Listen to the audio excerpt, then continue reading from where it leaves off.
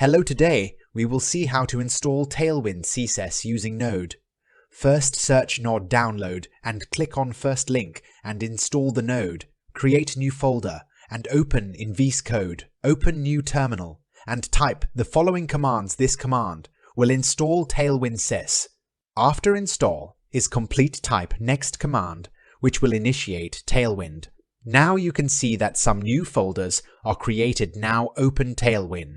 Config.js file. In content, add asterisk.